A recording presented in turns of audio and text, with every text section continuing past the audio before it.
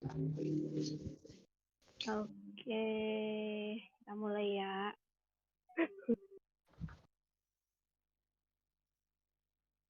Alright, Assalamualaikum warahmatullahi wabarakatuh. Waalaikumsalam warahmatullahi wabarakatuh. Alhamdulillah. Good evening, my sisters. We meet again in the Tadabbur in English with me, Dilla, as your moderator tonight, and also with Lila, who's in preparation, as you see in the in the stream. Okay, so first let's start with Bismillahirrahmanirrahim. And pray so that Allah will open our heart, open our mind to receive the information, the knowledge that we will be learning today. Okay, so Bismillahirrahmanirrahim. Rabbi shrah li sadri wa yassir li amri wahlul 'uqdatam min lisani yafqahu qawli. Alhamdulillahirabbil alamin. We already passed 15 minutes from the 8 o'clock. Okay, so we have how many of you are here right now? Okay, it's like 7 or 6 of us. Alhamdulillah. Okay, so Lila, all set? Okay. Okay, so without further Yeah. ado, I will pass it to Lila. So Lila, time is yours. Uh, aren't we gonna recite the Ah, al-Kahfi first? I'm sorry, I forgot. Yeah, Yeah. I was a Sure. bit, I was a bit panicking. Okay, It's okay. okay. It's So okay. guys, as we did in the last session last week, I already shared in the channel of this English Tadabbur. As you see, there are 4 verses from the Al-Kahf. It's the verse 94 to the 97.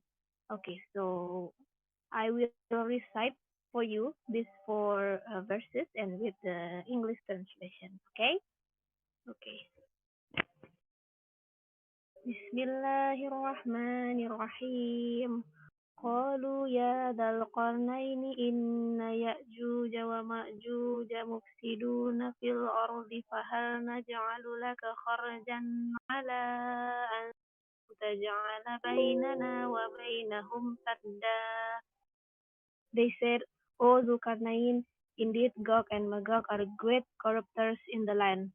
So may we assign for you an expenditure that you might make between us and them a barrier.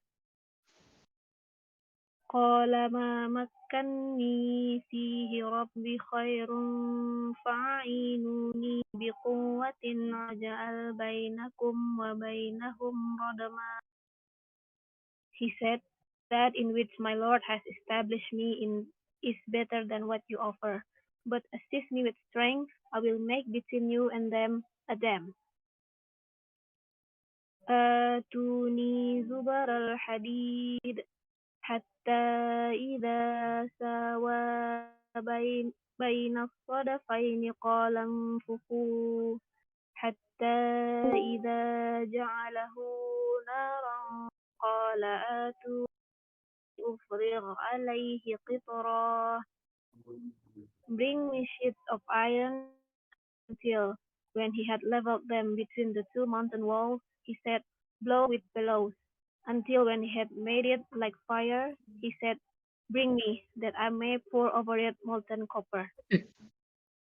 فما استطاعوا أن يظهروه وما استطاعوا له نقبا. So Gog and Magog were unable to pass over it, nor were they able to effect in it any penetration. Okay, so Alhamdulillah, that was the 4 verses Alhamdulillah. related to the topic tonight. Yajuj and Majuj are also known as Gog and Magog. Okay, so now I will really pass into Lila. So Lila, time is yours. Okay. Thank you, Dilla. Alhamdulillah. Bismillahirrahmanirrahim. So, everyone, we're gonna talk about Yajuj and Majuj. This is from Suratul Kahf. About Suratul Kahf consists of 4 stories. So there are story about the young man in the cave, the caveman, and then another stories are about Prophet Musa and Prophet Khidir, and the fourth actually the Zulkarnain king. Zulkarnain King also talk about Yajuj and Majuj. Yajuj and Majuj is really a magnificent story. It's actually a horror, kind of horror, because this is the scene or the background is the end of the world. So near the end, and after the Dajjal, and then the Dajjal killed, and then came the Yajuj and Majuj. They're released. So the timing is after it's near the end of the world, and then the Dajjal came, and then the Yajuj and Majuj came into this world. So I'm gonna uh, maybe just like a storytelling about the King Zulkarnain first before we're going into the Yajuj and Majuj. You can see the subtitles over there. It's in English. Sorry, this okay. King Zulkarnain, he is royal man, and he actually from the youth he's a really noble man, and he likes traveling. He likes to go everywhere, and he actually in the time of Ibrahim, the prophet of Ibrahim and Prophet Musa at that time. So the the Zulkarnain king, he actually is a king because of his power, and there are four king or four people who can empower the world. They are the Nebuchadnezzar, and then the Namrud, King Namrud, and two from Muslim, King Sulaiman and King Zulkarnain. So those four actually the most important person or people in this world who rule this world at that time, and there is no one like them after they. So today, up until today, there is no king like them. And King Zulkarnain was like he is really strong, a noble man. He likes traveling to the north, east, west, and then the south as well. And he tried to spread Islam, da'wah. So he performed the da'wah in whole the earth, like the whole world. He's doing this for his entire life, like 500 years. So who is this King Zulkarnain actually? So King Zulkarnain was actually from Persia. So he's a Persian, and then he lives for 500 years in the era of before Prophet Isa, and he lives or he's actually from the Prophet Ibrahim. He is the student of Prophet Ibrahim. So Prophet Ibrahim and Prophet Ismail actually already done tawaf with him in Kaaba. So they have some sort of bonding over there, right?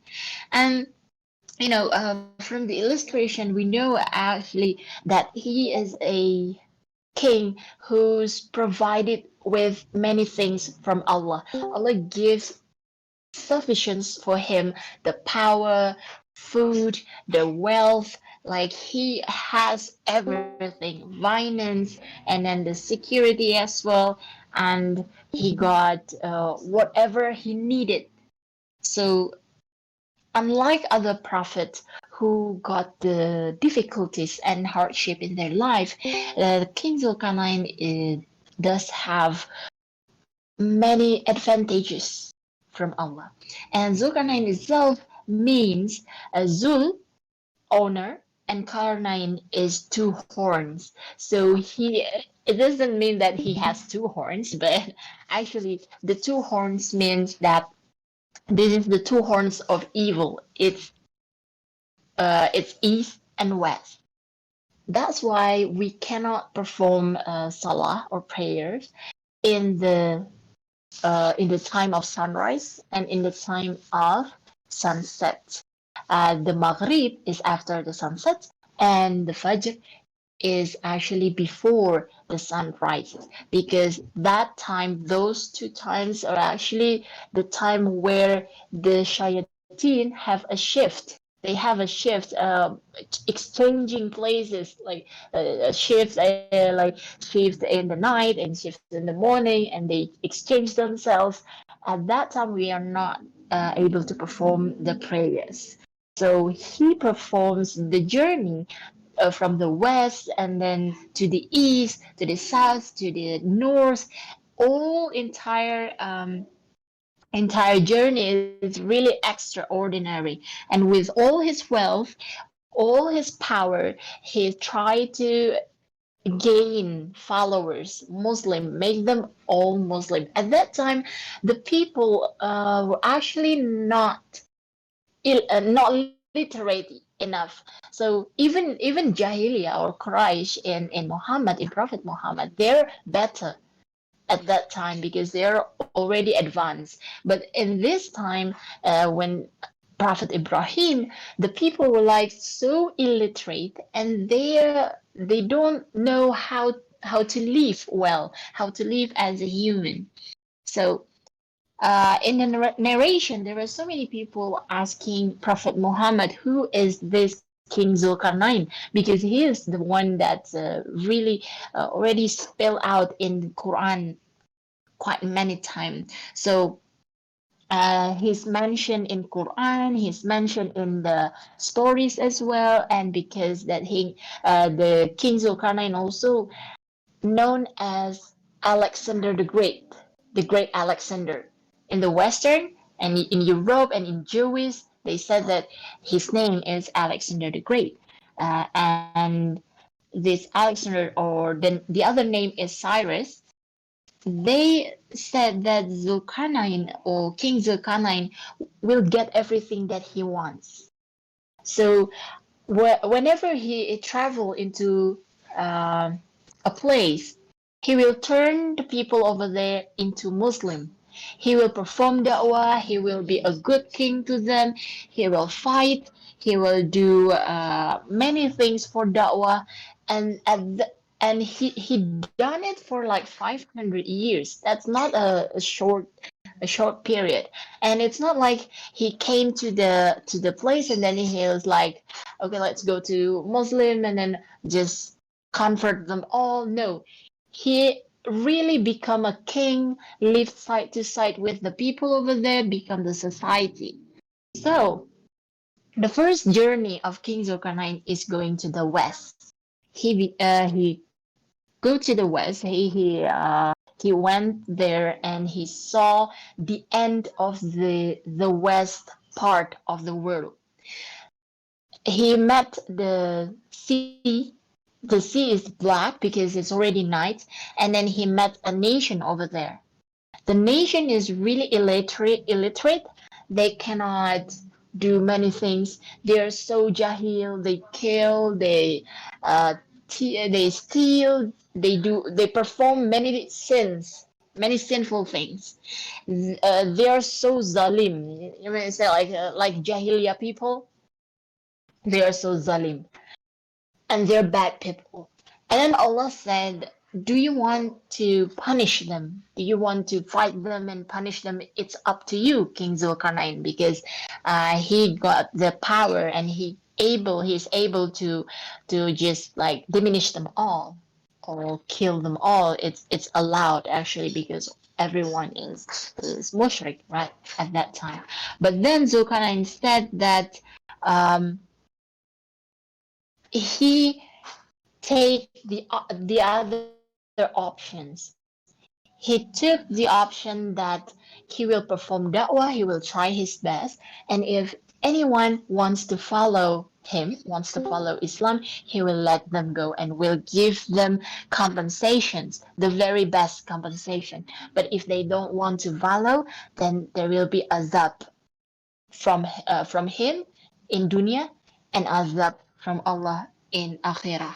So this is a test actually from Allah whether he would be a good king or not. So at the time, he actually succeeded to do the da'wah, to perform the da'wah, and he then continued his journey. After west, he went to east. So when he went to east, he met a road, and then he met another nation. This is another nation in the east. This nation actually this is also in the ayah that's already recited by Dilla previously. So they said that the nation doesn't even have a house. They don't have a house. They don't, um, they don't have a good living. They are illiterate. They are not in a good livelihood. They're so backwards. Okay, so there is no barriers, there is no cover for the sun. They just live outdoor. Okay, so and then Allah gave options again. Do you want to punish them all, kill them all, or do you want to perform the da'wah? And then Zulkarnain do the same for them. He performed the da'wah, and then finish that nation. He go to another place. He go into another directions, and then he went into the two mountains, and in the middle of the mountain he met another nation, but this nation even even more backwards. They are not dressed, they're naked, they cannot speak, they cannot do anything, they don't know about anything, and they were just like a primitive people, humans. And so Zulkarnain tried his best to communicate with them, and then they actually talked to him, and they said, "Can you help us, King Zulkarnain? Can you help us?" And then King Zulkarnain, with sign language, the gesture language, "What can I help you?" So we have problem. We have a problem that there is some group, some people, some human group, but they're like monsters. They're called Yajuj and Majuj. They always came to us, and then they destroy our place. They killed us all. They took everyone. They took the food. They even kill people, human, and they eat them. So they're cannibalistic. Okay, so the Yajuj and Majuj came together from behind the mountains they have over there, and when they came into that nation, into that place area, they fight and they destroy the village. They always come to us like in certain area, in certain periods, like maybe monthly. Like they came and then they go back again. They came another month and then they go back again. They destroy and they kill the people over there. They eat them all. So these people, these nations, ask King Zulkarnain to help them. Can you make a dam? What is a dam? Is a wall, a barrier, so that the Yajuj and Majuj cannot enter our village, cannot come to our village. And then King Zulkarnain said, I have a better idea. I will build a radam. Radam is a dual walls, so it's not one wall, but two walls, and in the middle of it is filled with sand. So it will be tough, will be harder to break into. And then they made this walls or this radam and cover their village so that the Yajuj and Majuj cannot enter their village. And King Zulkarnain asked the people to gather around and to help him as well. From this, we have a lesson that we may help other person's problem, but that person who has the problems also should try to do the solution as well. So we're helping, but not everything. Like you should do something else. So King Zulkarnain said that. So King Zulkarnain said that let's build a radam and please bring me iron, copper, metals so that we can build a huge walls. And from that, there will be barrier between the Yajuj and Majuj and with that village. So these walls, this radam, has never been ever built at that time. Even up until now, they always said that maybe it's a Great Wall of China, but some people said it's not. For some reasons, it seems like it's not the Great Wall of China. And the place also, they said maybe it's in Armenia, maybe it's in the east of Medina, but no one knows exactly where the location is. And the Yajuj and Majuj were like their trap because they cannot enter another place, they cannot enter the village because of the radam. They try to break into the wall, they try to destroy the wall, but they can't get out of it. And so many people currently were looking for the locations, were trying to find this Yajuj and Majuj, but the locations remain unknown, and only Allah Subhanahu wa Taala who knows that. And then it's finished, the radam finished, the village safe. But then King Zulkarnain said, this is not because of our effort. This is not because I told you to do this. We've succeeded to make these walls. But this is because of Allah. And there will be a time where Allah will permit them to break into this wall. It's in the end of the world. So King Zulkarnain announced them at that time, still at that time, that in the end of the world, the Yajuj and Majuj will break into and destroy the walls. There's some stories that um, the the leader of the Yajuj and Majuj will say at that in the end of the world, yeah, at that very day, he will say, let's go rest today. It's already night time. Inshallah, tomorrow we will work again. Because he said, Inshallah, then Allah allow the Yajuj and Majuj to break into the wall, like get out of the trap, and they will get out of that after the Dajjals and after Isa alayhi salam and the Muslim over there is still alive. And then the Yajuj and Majuj came out from the earth, and this tribe actually, the Yajuj and Majuj actually is really a tribe or a soldier that cannot be destroyed, that cannot be fight. Everyone will be killed, and no one can fight them, even the Prophet Isa alayhi salam.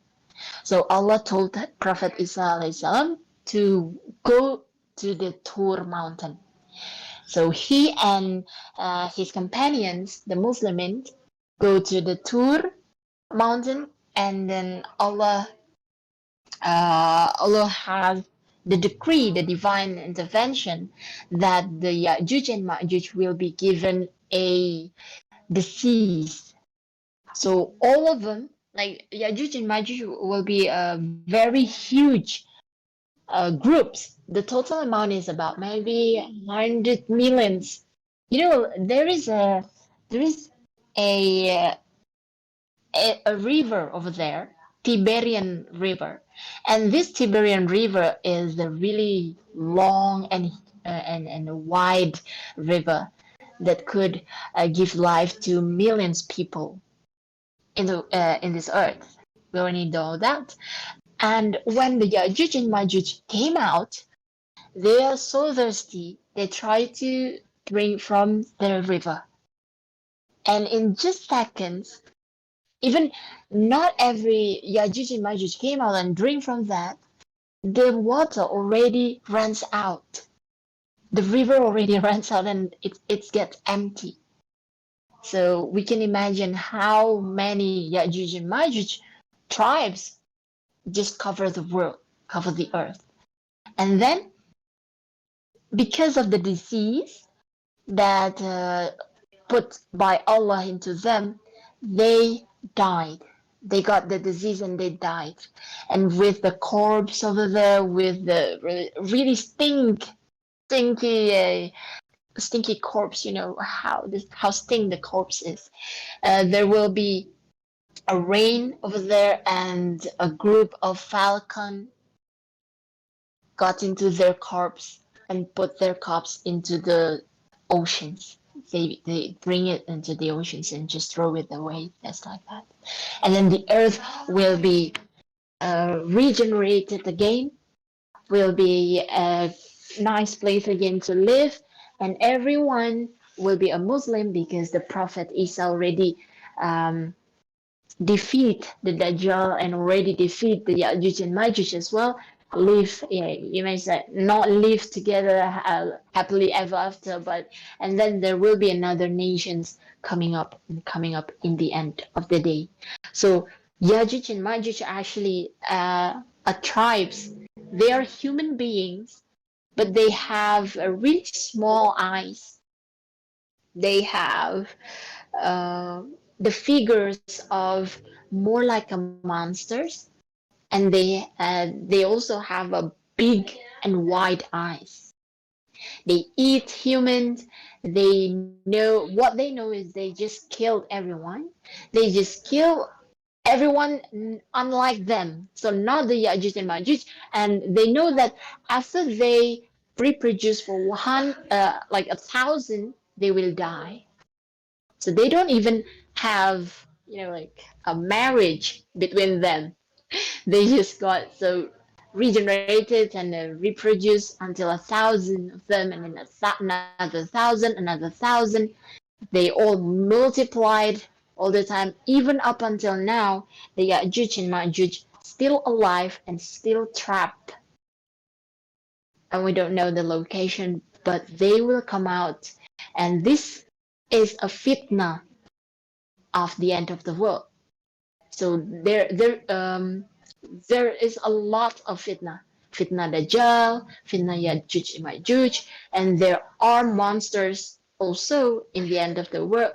But why is it the Yajuj Majuj is really, like a horror story?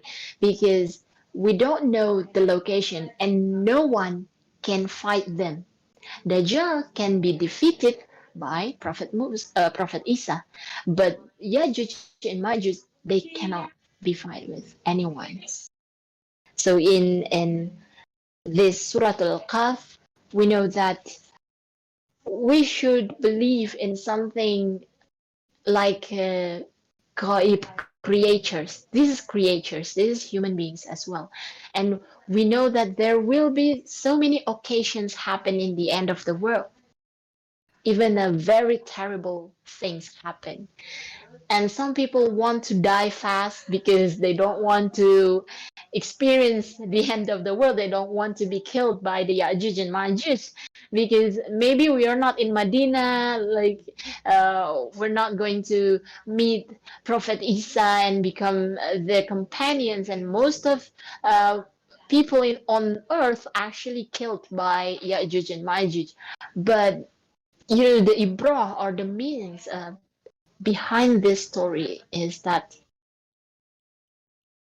when we try to understand about the end of the world or about akhirah, about those stories, it's really over there, and there are creatures in this earth that is ready, and we are actually already near to the end of the time, the period.